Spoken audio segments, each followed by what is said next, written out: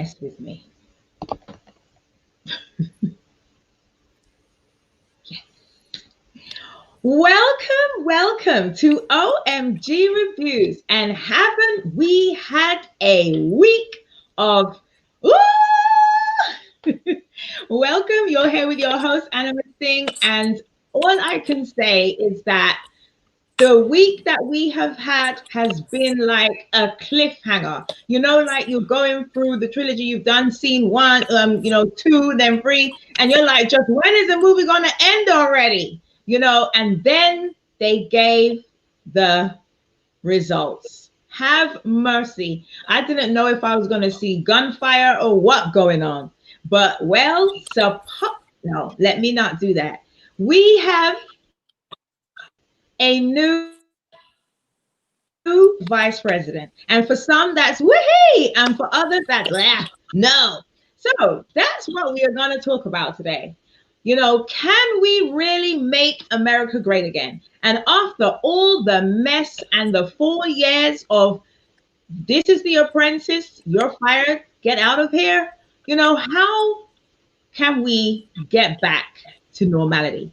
Now, I want to introduce to you some beautiful ladies. And so to the right corner, I like this. It's kind of like boxing, well, that's my right corner. We have the lovely Miss B. What's your name fully and where you're from? In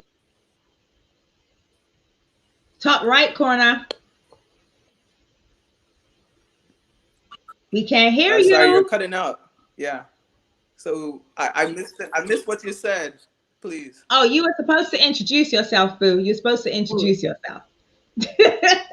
Apologies. Your name and your I'm state. Brittany, and yes, I'm Brittany, and I'm from Florida, the red state. Yes, Florida. No, just kidding. No, but actually, I'm not from Florida. I'm from Miami, I should say. I'm not from Florida. I'm just from there Miami. You go, differentiated. Call it that. Okay, so we are from Florida. Okay, but but Miami is the place to be, which it really is. So we don't worry about anything else. And so in the bottom, what's your name and where you at in the States? So my name is Kay. Right now I'm in Brooklyn, New York. Ooh, that's a blue state. From what I hear, they would have liked your governor to be president if they'd have had their way. Yeah, we got a lot of love for him, but okay, so you guys must be seeing all these memes that have been going out, right? Mm-hmm. Okay, so this one I need to share with you my favorite. This is my favorite so far. I mean, the individual who put this together needs a Grammy or something because I am so serious. No. You got to watch this. You got to watch this. Okay. So let's look at this. And you tell me your views. Great. Won tonight. Kind of margins that we've won them by.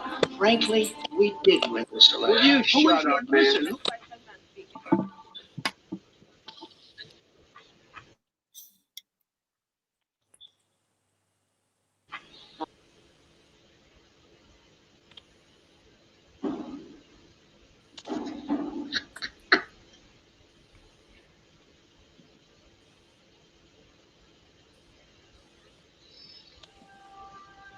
Come on now.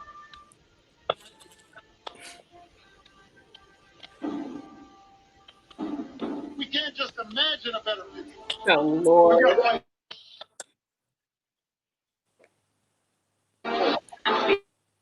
We want all voting to stop.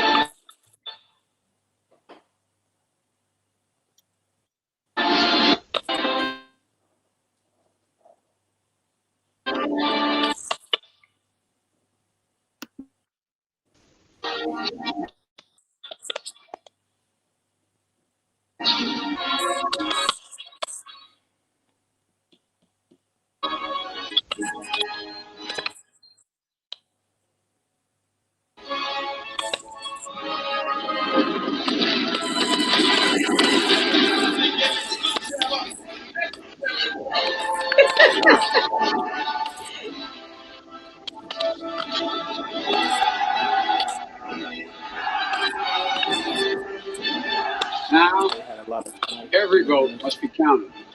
No one's going to take our democracy away from us. Avengers!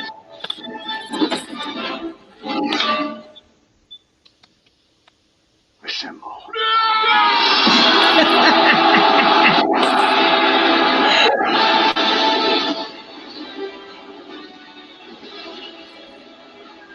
You cannot tell me that that was not a fantastic meme. Margins that we've won by. Somebody had a lot of time on their hands. Now we got to get rid of it. What? I am telling you, for you to get that together. Come on, guys. You cannot say that wasn't. The person who took to put that I don't know, it's a sequence. I mean, I'm looking forward to the next one, sequel or whatever. But that was so cool. So yeah, that's one of my favorite movies so far. Why is there crackling? I'm very confused as to that. Can you guys hear that? Yeah. What is it? Where's your mic? Over there. It's fine. It's not the mic because I'm in the same position I normally do every week. So this is crazy. But okay, we're not going to fuss about it. Okay, so what were your expectations and who did you think were going to win this election? I mean, come on. When you saw everybody went out to vote, what did you guys think? Brittany, do you want to go first? I don't know. I thought that overall, I thought that Trump was likely to win it again. I was like, the people that love Trump still love him. All of the stuff that he did over the 4 years, you didn't really see a lot of people saying, oh no, we can't do this again. So I was just preparing my mind and my spirit for another 4 years of Donald Trump. I'm not gonna lie. So was I. So was I. Yeah. I was like, yeah, he's coming back. So how did you feel, Katie? Same. I really did. As much as I had hoped for Biden to win, let's just put it this way. I had already mentally started making plans for what it's going to look like after this. There's a writer that I follow who is really funny, and she's pretty much been calling this past year America season finale. And her updates of it every week has just been like, yeah, you're right. Well, so my getaway plan was literally to go overseas and just get out of here if he did win. I already had my passport renewed. I got all my papers in order. I had already talked to my company about it. I was really set on him winning and it being like the downfall of just our entire economy as you know it. Wow. That's deep. That's deep. I have to admit, I definitely thought that the Reds would conquer and the same mindset would go forth. And it's so sad to me, but you know, to be very real and upfront, I was not actually, it isn't to me that Biden is that much greater of a candidate. It was just the fact that because of the man's character, to me as a president, you did not represent the country, the nation in the best standing. And that to me was very disheartening. And to think that you could be there again and perpetuate more of the madness, that was really not cool. So that was my thoughts. Like, you need to be put on a timeout. You need to learn that your behavior is unacceptable and that it will not be allowed. So, okay, they're saying now that democracy has been challenged, and many think that America has become a one-party or person nation under Trump. Do you think that is a true statement or not? I guess maybe the question or statement confuses me because like one party, I feel like there's always been a major divide between economic status and Black people against everybody, to be quite honest. So I feel like it's always been that way. This has only just made things even more apparent.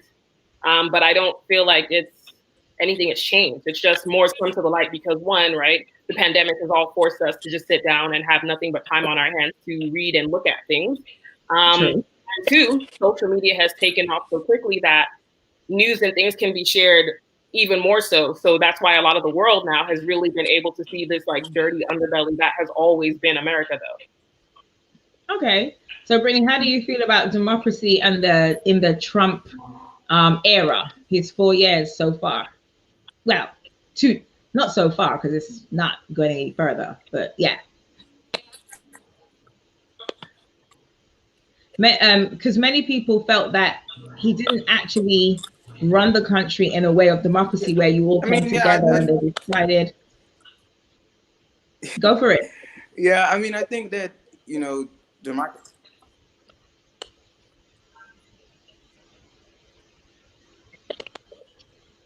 Hello? Yeah. Yeah. Are you able to hear me? Yeah. No, we can hear you now. Yes.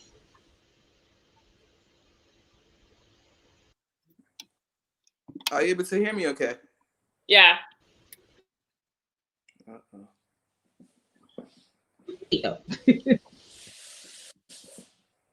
I think there's a slight lag. That's why. You can hear me now? Yes.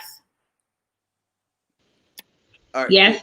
Cool. So no, I personally just feel like democracy under Trump. Yeah. So democracy under Trump to me is really just like people are not feeling like the democratic, way that's basically being able to go out there and vote. There's voter suppression. If you're looking at your voice being heard, like you just don't feel like, oh, this is actually a democratic state where I feel like my vote counts and that my voice is really being heard. And that's something that people experience under Trump.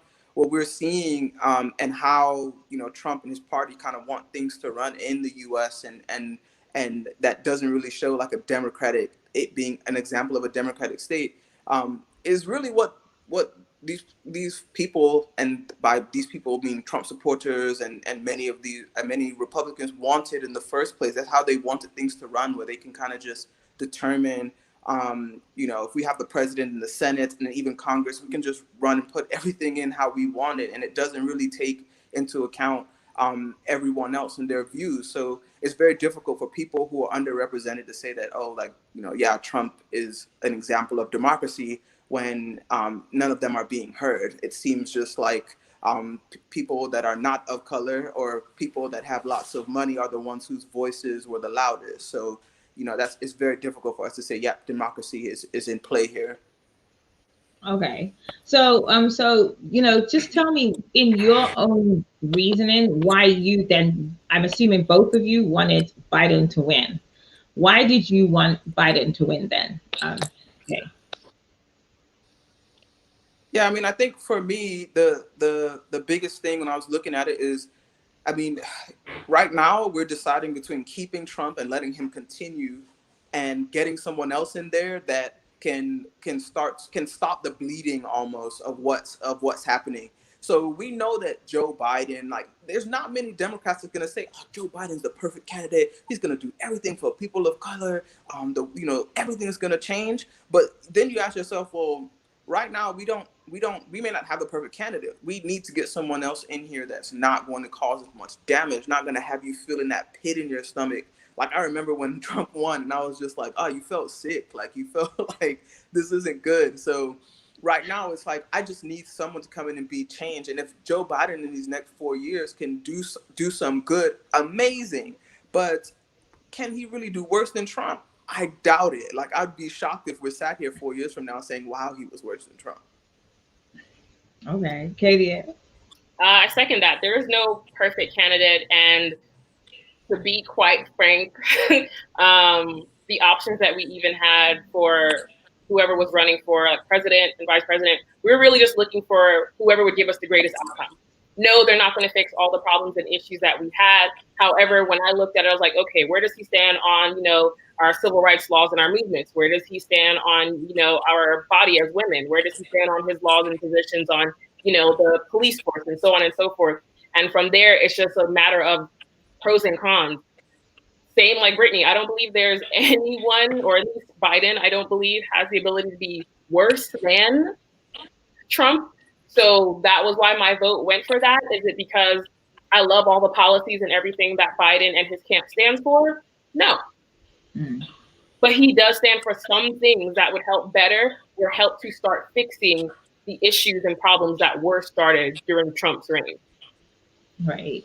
I mean, I think it's kind of like people are now desiring a middle party. Like, you want some of the Republicans, I think, and you want some of the Democrats. And if you could just get that in one, then, we'd be on the better road. But, which one is the better of the two evils is really like where you're at. Do I like this one or this one? It's a hard pick. So in New York, we've got Alexandria Ocasio-Cortez. She's a firecracker. Love her. Firecracker. So she's New York's representative, and she's warned that the Democratic Party is incompetent. It lacks the core competencies to run campaigns. Correct. And as it is not just about money to run, but it is the change and the party that is actually going to bring about that change, which is what voters want. What do you think about that statement? The Democratic Party actually did not help her as much as people really think. They actually did not give her as much funds as people really think. And it was more so like it was the people that loved her. We saw what she stood for. She was relatable. She was real. The things and changes that she wanted to, make were things that we ourselves wanted. Like, she comes from the Bronx. She comes from, having to actually like being in a working class and knowing what that struggle is like. Most of the people who are in politics come from money, right? Most of the people in politics come from privilege. Their eyes and their views of America and people itself is very narrow-minded, which is why we do need more people who are from the working class to be in those positions, because they represent the actual American views. Majority of America is not privileged. The majority of America doesn't come from money, and their tax bracket is not the same as these politicians. So no, I stood for her completely. And in fact, like, I would prefer her to be vice president or president, but maybe that's later in the future. For now, we'll just take what we can get. Take what we can get. Brittany, did you what do you think of that? She doesn't feel that. Yeah, no, I think that she I think that AOC like is calling out a lot of stuff that people have been saying for quite some time, because when I look at the Republicans, you could dislike them all you want to, but they're organized and they know how to back a candidate. And I think that when you see the Democratic Party, it's like you come to us every 4 years or maybe every 2 years, but we need to be in every election, local, state senate, House of Representatives for your state. You need to have the Democratic Party organizing at the ground level from those local elections, because if you look at in the U.S. right now, for example, look at the governors. There's 50 states, and look how many governors are Republican. They don't play games when it comes to making sure they can control the states, making sure that even the election, they probably knew that Trump is going to lose, but guess what? We're going to try to make sure we keep that Senate so that we know that we're in control in certain ways. So I completely agree with AOC and how she has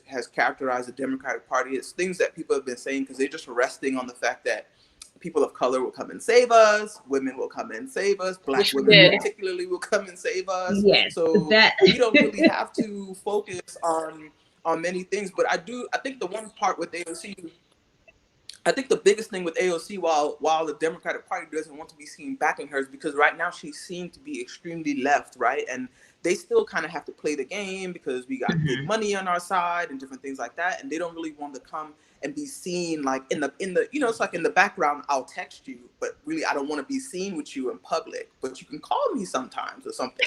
And that's kind of how they want to treat AOC. But you might see them getting closer to that, because as people follow some of the Bernie Sanders camp and things like that, like as they start to follow her more, the Democratic Party will have to change their tune, because people want AOC.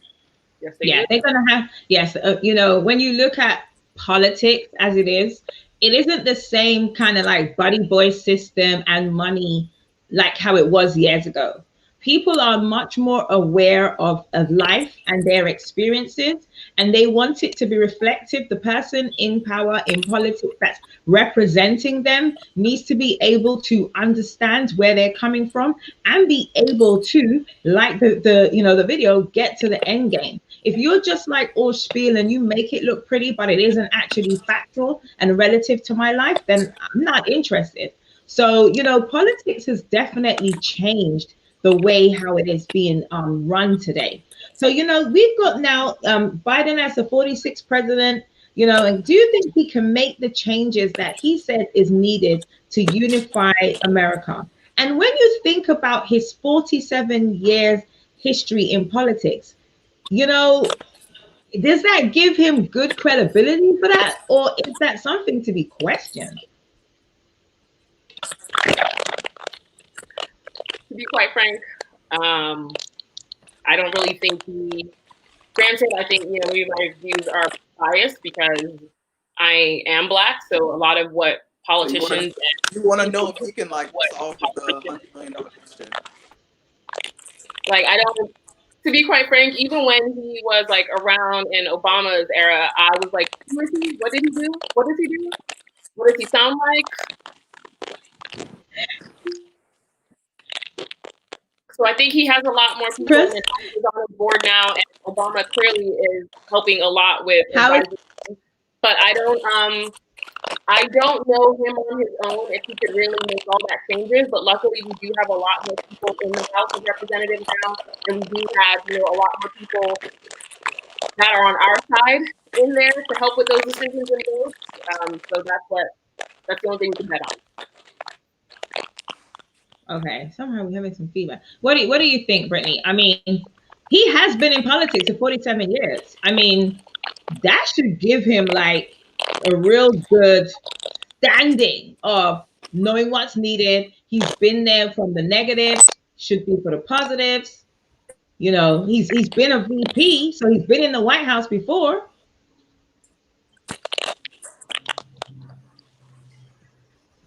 Yeah, so I personally, I don't think that it's going to be any type of like perfect solution that Biden's going to be able to like come in and bring. Like I said, I feel like right now he's there to kind of like stop the bleeding that's going on.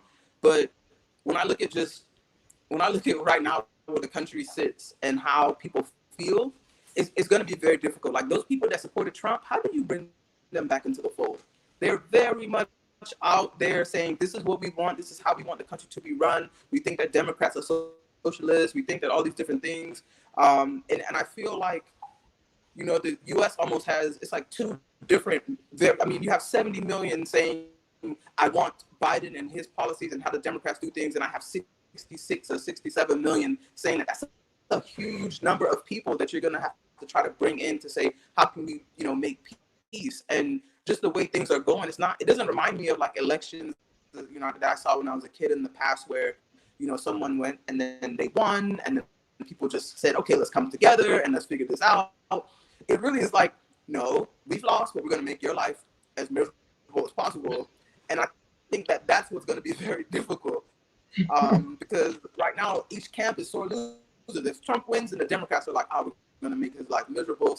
Every news station wants to make his life miserable. And now, if you think the Republicans are just going to go home and say, well, we lost, the next 4 years are going to be just as tumultuous or even more tumultuous as the last. Yeah, he started those lawsuits. He's fighting Pennsylvania. Now, Pennsylvania is amazing because they say that Pennsylvania has now had 900 votes that were from dead people. And I was like, darn, if the dead people got to get out and vote, that's deep. You know, that shows you that they ain't feeling this Republican. So these are some of the allegations that the Republican camp is now putting to the court. So he's fighting Pennsylvania, he's fighting Nevada, he's fighting Georgia. I mean, they were going to do a recount anyway in Georgia. But yeah, this is not going to end sweetly. It's going to get dirty. I can definitely see it. Okay, so let's go to Kamala Harris. You know, they say Camilla, but it's Kamala. Right? Your mic is muted. Yeah. And she's made history. She's the first vice president female and the first woman of color vice president. You know, this is seen as a big step for women in politics. I mean, do you agree? Oh, definitely, 100%. Because one, for a woman to be so high up in the rankings in politics says a lot about how times have changed, and even more so, someone of color. Granted, I do believe what a lot of people are saying is the fact that Biden brought her on to kind of like help push him over and win the votes of minorities, and especially women. Right. If there's anyone you can depend on to come out and show out with support, it's Black women. Yeah. So I definitely feel that yes, she was used for that. However, I think that also shows how important it is for us to see someone that represents us a bit more. In that, I'm not saying everything she stands for, but I'm just saying, like, at least physically represents us in those places of power. Yeah, definitely. I think I agree with that. Just in terms of it being something that's huge or historical for people of color to see, because I mean, we probably see this a lot, even in our own organizations that we work within, and what leadership looks like there, and that type of stuff.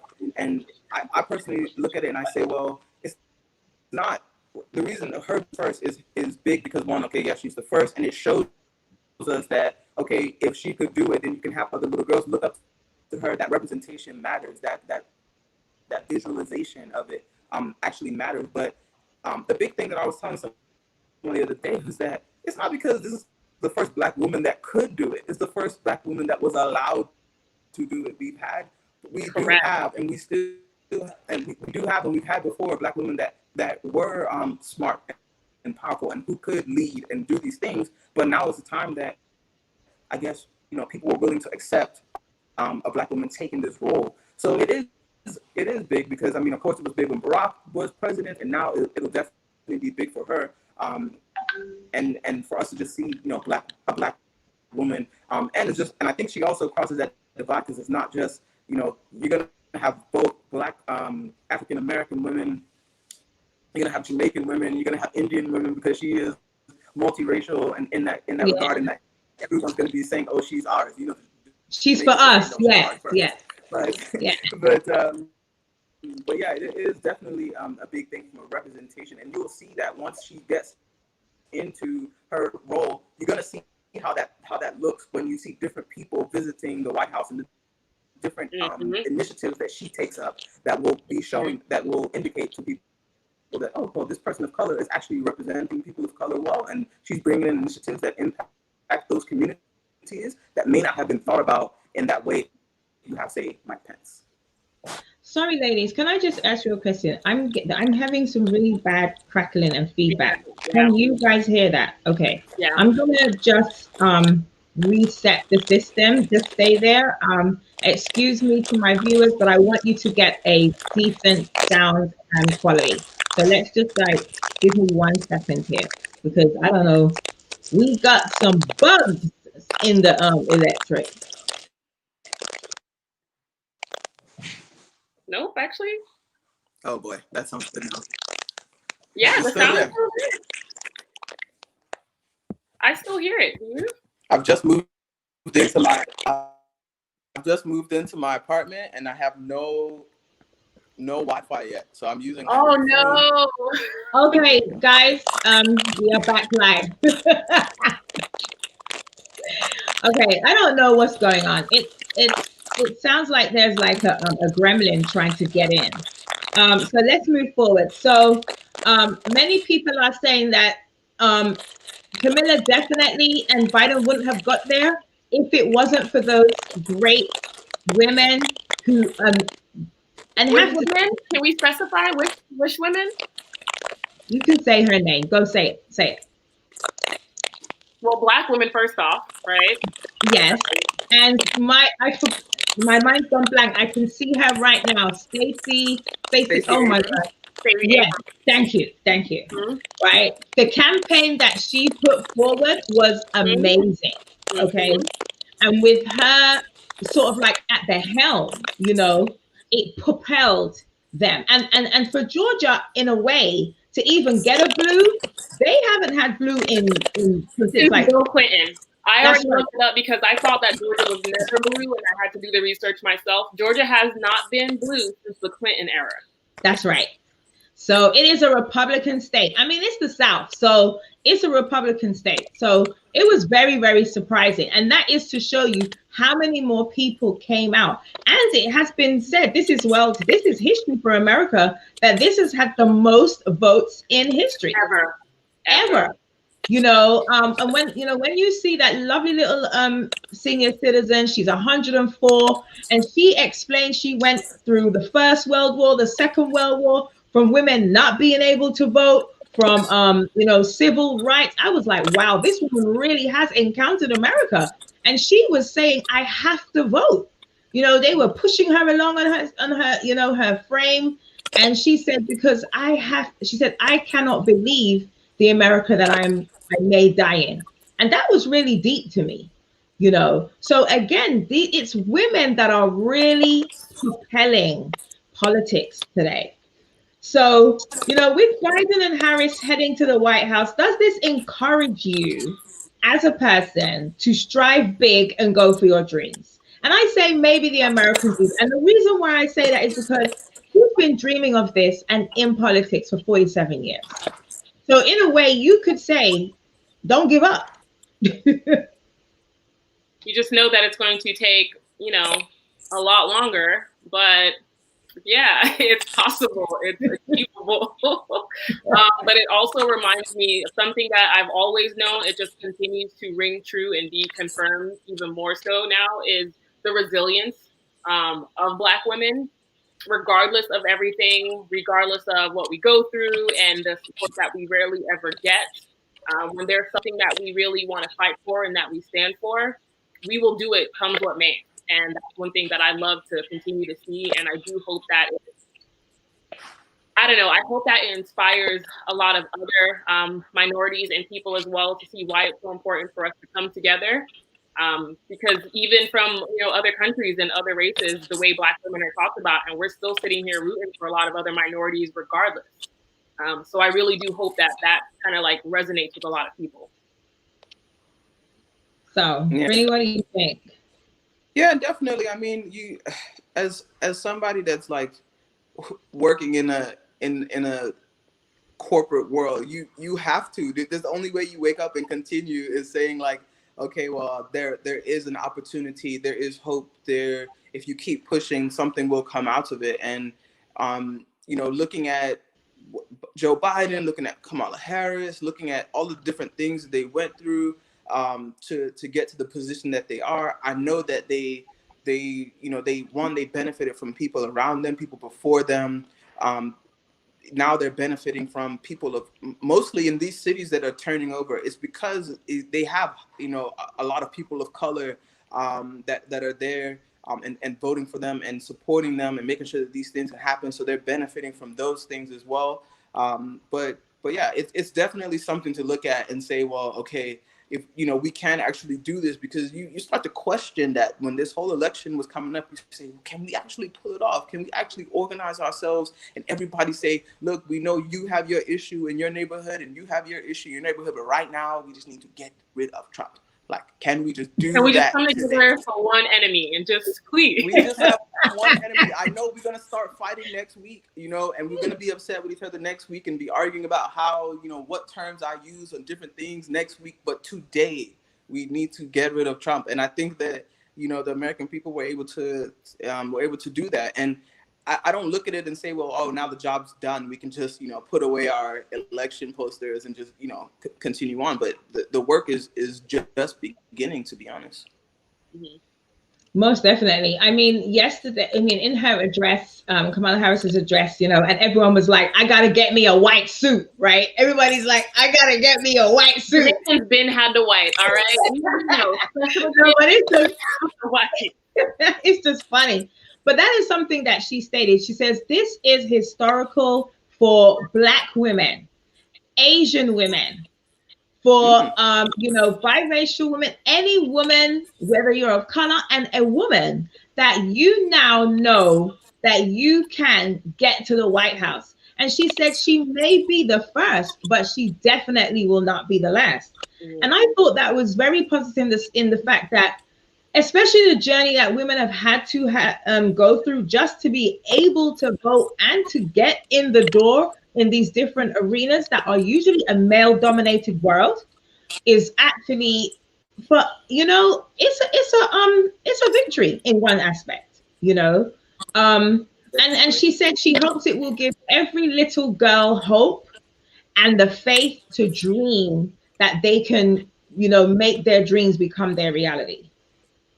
Yeah. So I think that's really positive. But then you have the big old question that when Kamala was running, she was not for Biden. And she said he was the same person that made her be subjected to, racial segregation and issues. So how does that pan out for them now to be a team working together? And especially as she is there looking as the figurehead for the people of color. How do you think that pans out? But it goes back to, like Britt and I were saying again, it's coming together for one cause. Yes, we have our differences, regardless. But do you want to see this country be great and make a difference? So do I. All right. Can we agree on these 5 points? Bet. Then let's do this. You still don't have to like the person. I mean, we see that even when we work with people all the time, right? At your jobs and stuff. I'm pretty sure you don't like everyone there. However, if you have a project or assignment or something that you need to work on, you're just going to have to be above that, put those differences aside, remain respectful, and just get it done. And I think that's exactly what they had to do. So like I said before, Biden, hell no, I don't care for him as a president. However, he is going for certain rights and votes and things that I am for. Kamala, once again, not her biggest fan either. However, some of the things and changes that she wants to make, I'm for. And that's it. Yeah, I mean, overall, like when I look at it, in Kamala running and having differences with Biden, you may look at it and say, okay, well, why didn't people just go behind her before so that she could be elected? And, maybe she wasn't palatable yet to the American people to say, look, we're ready to put a Black woman in there. Who knows? Who knows if now that she's vice president, it'll allow her to make that transition to saying, okay, well, you saw me in this light and I was able to do the job, and now, I can be president. But it happens quite often in American politics. You're going to see it all the time. You're going to see the person that's probably at the now president's, throat the most during the campaign, and then all of a sudden they're best friends and they're saying, oh, we've always known that we wanted that's to do politics. this together. And you kind of just go that way and say, okay, well, fine, like they're doing this, but then what do they bring together? It's just like if you put 2 people individually, they may say, okay, they're both okay, but what do they bring when they come together? It sounds like from what we see, the Biden and Harris unit together is actually, sorry guys, my phone's gonna die. So yeah, so the Biden and Harris unit together is actually something that will work, or they actually can work well together. They may have different strengths, different weaknesses, but they're able to make it work for each other. And that's really what we need. So as long as they're not, fighting and they're not on Twitter battling it out with each other, like we'll see Trump do with some of his have cabinet mercy, members. have mercy. As long as that's not happening, then we will be okay. Because they'll each have different initiatives that that they'll take on. So we maybe Kamala says, look, I'll do criminal justice reform because I have experience doing that. And Joe Biden may say, well, I don't really have. You can see my track record, not so great. Maybe you take that one on for me. Woo! So it's okay as long as we get stuff done. But then you see they have it where she's allowed, remember, she's been in the Senate. It's not like she's not new to politics in that capacity. So which is good. So she's kind of got her teeth in there. But they're saying as well that she hasn't been good for incarcerated Black women, because some of the policies that she had, it meant that we stayed longer in the prison system. So, it's definitely trying to find that balance of how you can come together for the greater good, as America loves to say, of mankind. So now that you are women of color, you're career-minded, you are living your best lives, I'm sure. Now that you have this next supposedly 4 years, does it give you a sense of calm from the rhetoric that we've had so far, or are you still kind of like many on edge as to what is yet to come? In terms of your calm question, long answer, no.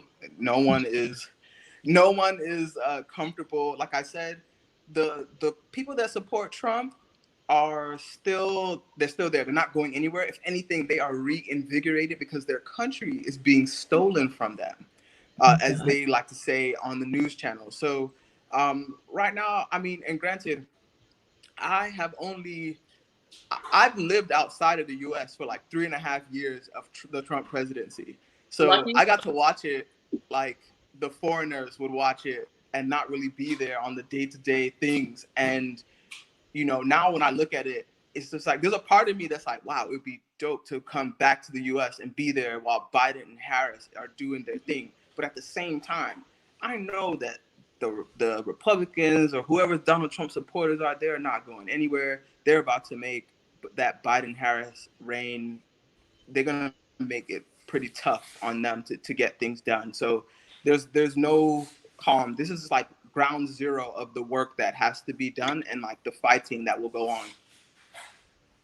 Agreed. This is, to me, the beginning. Yes, I did wake up this morning breathing a little sigh of relief because it seems like the work wasn't for nothing, right? One of the biggest ways that we were going to really be able to start the civil rights movement and really make a real impact besides, our marching and everything was to make a presence in the actual government, have some sort of effect there. So yes, the people are awake now. The people are actually making these changes. The people are paying attention, and it proves that. But it's not all back to sunshine and rainbow, because it never was. And once again, if there's anything this year has done, it's brought even more of an insight to what this country is really like and how divided it really is.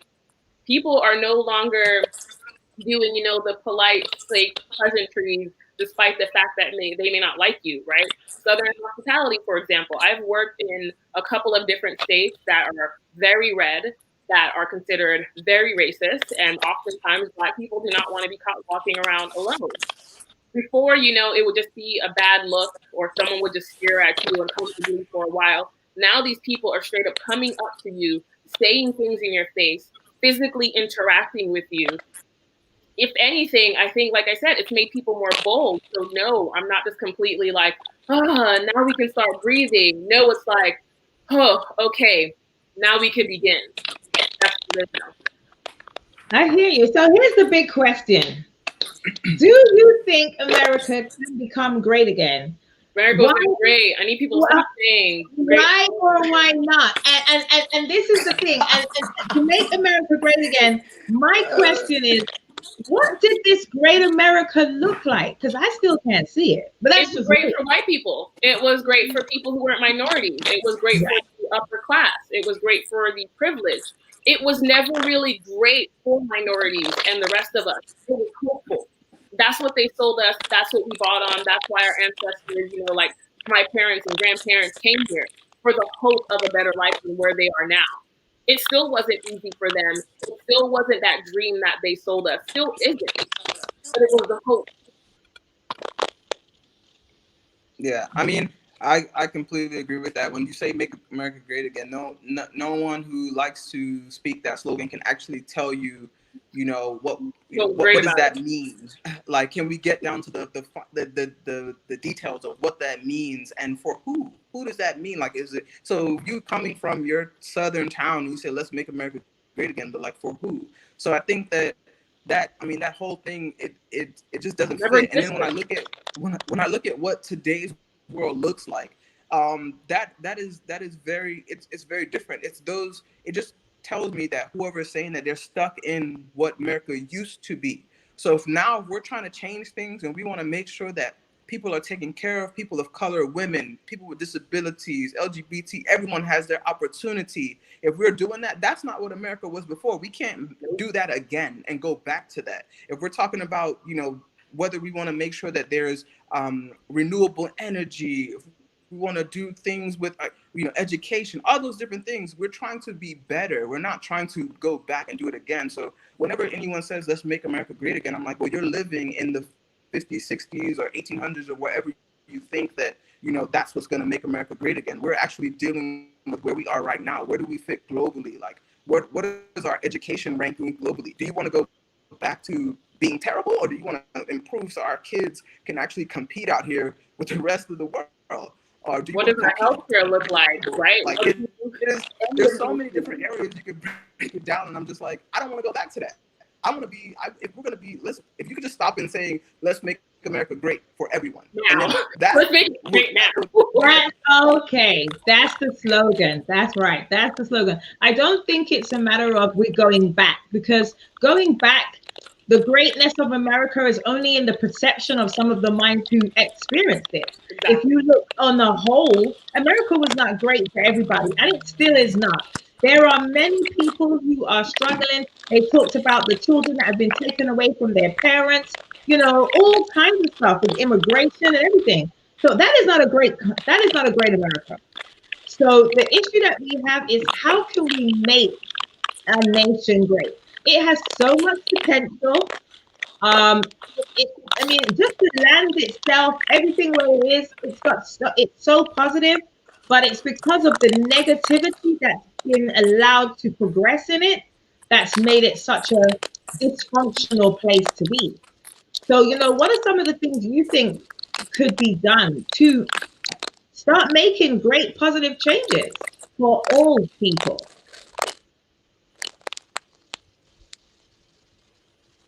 That's a tough one. Yeah.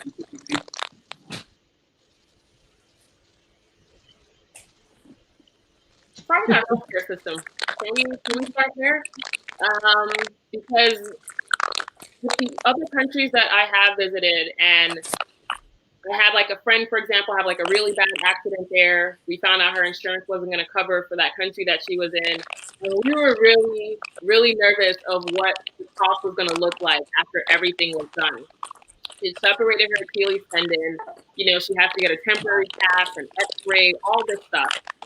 And when I say, they're like, okay, $75 US. We're like, excuse me? Like, is that the first installment of the payment plan, or is that like what you're letting us pay now to walk out with?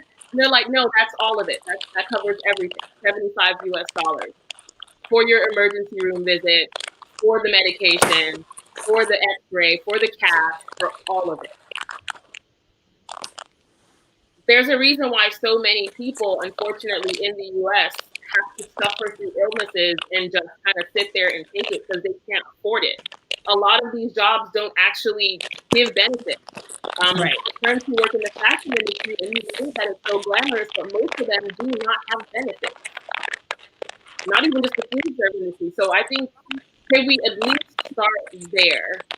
Then there's, of course, the education system. That's crazy. While you were saying that, I was thinking just of the pandemic, as I call it. You know, the way how it has been handled in many, in a few of the first world countries is so crazy to me. And then when you look at countries like Africa and the Caribbean, and their rates are so much lower, their death toll is practically minuscule. What is going on? Like, what's happening? And you have all these resources. But again, one of the reasons why the people are dying is because they can't get access to the healthcare. And we know that in the in this administration, they didn't want Obamacare anymore because they felt that was not supportive of the upper nonchalant. But it was at least going to give somebody a chance to get some form of treatment.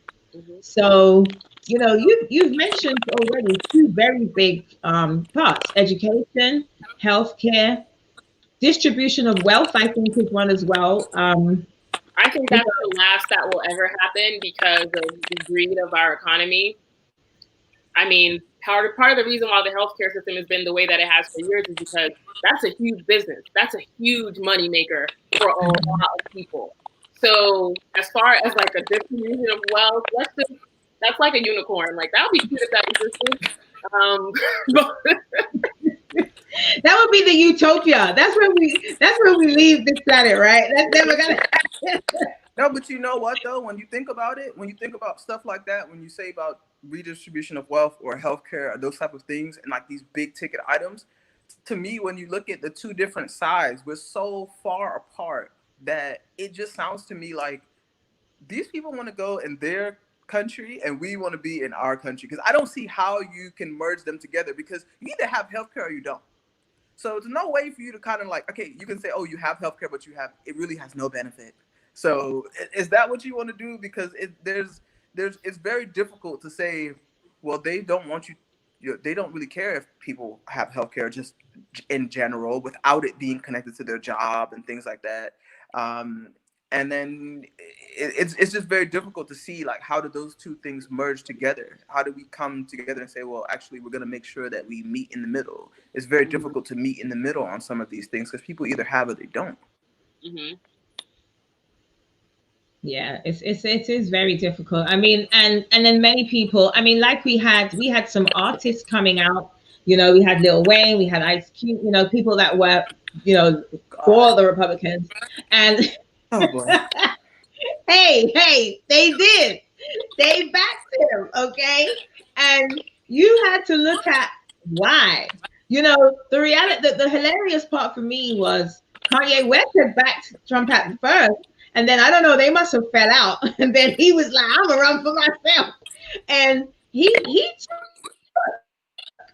a good chunk of votes. So that was some votes that were wasted, in my opinion. But somebody voted for him. I think maybe it's because I know it's because of the views and how America is portrayed and how our news, like, don't get me wrong, this whole thing is a circus. However, no one, maybe aside from the weird, like, Kanye obsessive fanatics who all need help, but no one actually took any of the endorsements by those other artists seriously at all. It's like we've never cared what they thought about politics before. Why would we have cared now? Yeah. Those same people have also probably never voted a day in their life, and you can tell because they cannot talk about any particular point about politics. So all of that was just for like smoke and mirrors. He couldn't even pronounce half the artist's name correctly. So I really didn't care for that. To me, that was just like, look at this cute trick that I could do with a yo-yo. Like, no one cared. No one. Really, what's your thoughts on that? No, I mean, it's the same thing. Like these, and I don't know. I go back and forth when I think about celebrities getting involved with politics because I think I'm not against it immediately, but I also hope that whenever they do have a message, like it's coming from a knowledgeable place and they're not just kind of, jumping in and saying, well, oh, everyone's Democrat, let's be Democrat, and tell everyone to vote Democrat. It's just because I could look at you right now and say, look, yeah, in this last election I voted Democrat, but then I might disagree on something that they want to do, or I might say that there's something in the Republicans like that I will, because I've looked into it and I've made myself more knowledgeable about it and the impact that it will have. So I think that's kind of how I feel. And when I look at it and I'm like, did Lil Wayne actually go and read up what President Trump wants to do? Probably not. Ice Cube saying that he's coming and Trump took the meeting with me. Trump took a meeting with a lot of people. There's a lot of people that have been up to the White House, and you can't say that like, oh well, yeah, like he took a meeting, so he now is on their team. Probably not. So you can just see that these people are not quite knowledgeable, and it's a news story for a couple of days, and then it kind of goes on because on election day, I doubt anyone was like, well, who did Lil Wayne vote for? No one cares. So, and like yesterday, we had Common and John Legend. They then did their collaboration in. It was actually a really good collaboration. I'm not gonna lie, I like the song. To say thank you to all the voters that came out and voted to hopefully make this change. But in these last moments here, where do you think we can go from here? As you said, it's going to be difficult. Trump supporters are really angry, upset. Is it a thing where now our people of color, really need to get their act together and start to unify and, build those bridges so that then others can walk over them years to come? Or should we all just try and just pray and hope and keep our heads under the sand for this new utopia that we've been promised of unity? Let's be honest. I mean, yeah, prayer helps to fix a lot, but without action, it's just dead. So no, I don't believe we just sit there and pray about it and hope it turns out the best. I believe now is when we apply pressure. The things that we were fighting for before, now we hold them accountable to it. That's what we have to do. Kind of like Kamala and Biden, unfortunately, to get what needs to be done.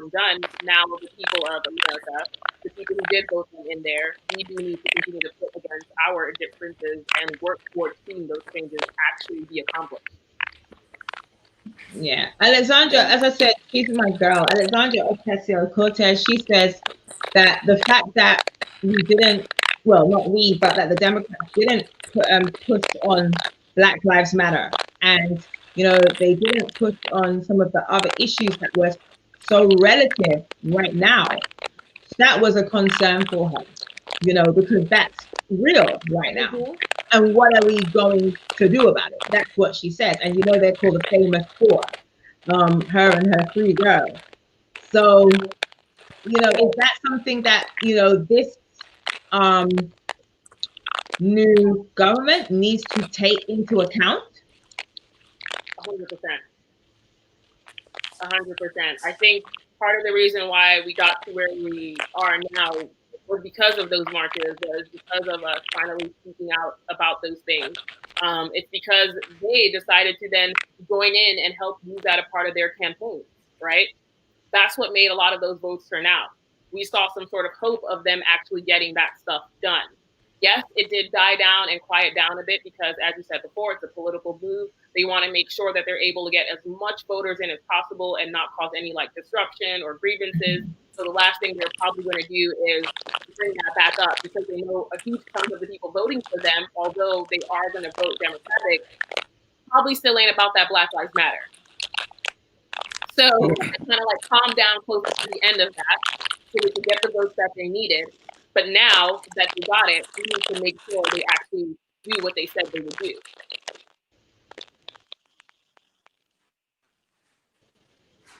Okay, I hear you. You guys are very astute and in tune with your political side, which is very well to do. And because, as I was saying, even to my mom and a few of the seniors when I was talking to them, no disrespect, but you're not going to live in this new America. It's you and the people that are, under 50 that are going to be living in this new era. Your senior citizens, of course you're there, but the impact of what is to come is not going to have that on you. It's us living today, right now.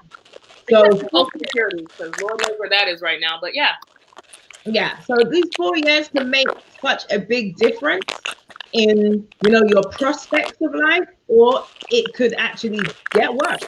So it's about watching that space. So, I definitely I want to thank you, ladies, for joining this evening. I have to apologize. I don't know what's been going on with the sound. It's very unusual, so I'm going to have to investigate that. But, thank you so much for your time and your votes. And are you guys shy? Would you say who you actually voted for? Oh, I'm not shy at all. Biden and Kamala. Brittany. Yeah, same. You're the same. I got no Republicans in the house.